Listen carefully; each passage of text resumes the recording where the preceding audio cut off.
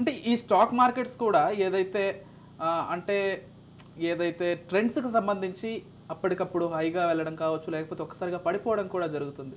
దానికి సంబంధించి కొంత విశ్లేషణాత్మకంగా ఒక దశలో బడ్జెట్ ప్రవేశపెట్టిన సందర్భంగా నాకు గుర్తున్నంత వరకు చిదంబరం ఆర్థిక మంత్రి అప్పుడు మార్కెట్ భయంకరంగా క్రాష్ అయింది.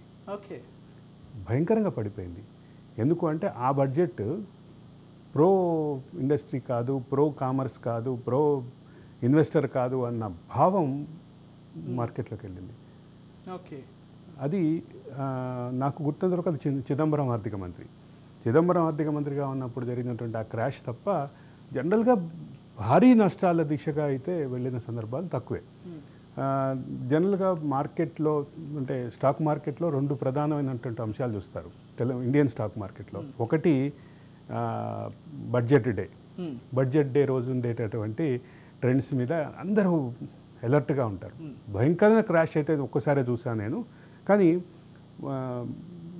కొంచెం స్లైడ్గా అప్ అండ్ డౌన్లు అయితే ఉంటాయి.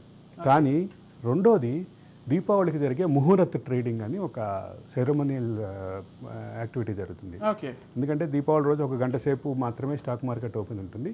ఇప్పుడంతా ఆన్లైన్ ట్రేడింగ్లు కాబట్టి అసలు తెలియదు. కానీ ఇంతకుముందు అయితే దీపావళి ఈరోజు బాంబే స్టాక్ మార్కెట్లో, బాంబే స్టాక్ ఎక్స్చేంజ్లో, నేషనల్ స్టాక్ ఎక్స్చేంజ్ ఢిల్లీలో విపరీతమైన సంబరాలు చేస్తారు. బాంబేలో అయితే అసలు అంతే. పైగా ఇంకోటి కూడా ఏంటంటే మార్వాడీలు చాలా బాగా చేసేటటువంటి పండుగల్లో ఉత్తర భారతీయులు దీపావళి, మహారాష్ట్ర వాళ్ళు మార్వాడీలు బాగా చేసేటటువంటి ఈ అప్పట్లో ఈ స్టాక్ మార్కెట్ మీద మొత్తం గుత్తాధిపత్యం వాళ్ళదే ఉండేది.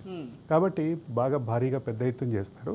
ఇప్పుడు కూడా అదే రకమైనటువంటి ట్రెండ్ అయితే కంటిన్యూ అవుతుంది.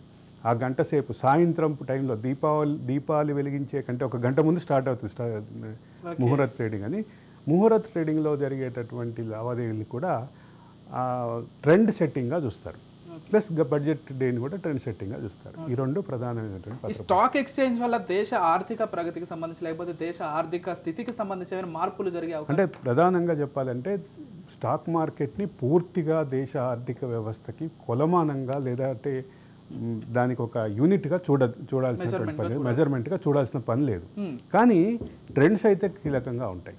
అంటే స్టాక్ మార్కెట్లో నెంబర్ 1 పొజిషన్స్లో అంటే టాప్ 10లో టాప్ 20లో ఉన్నటువంటి స్టాక్స్ ఉన్నటువంటి కంపెనీలు కొలాప్స్ అయినా కూడా చూసాం.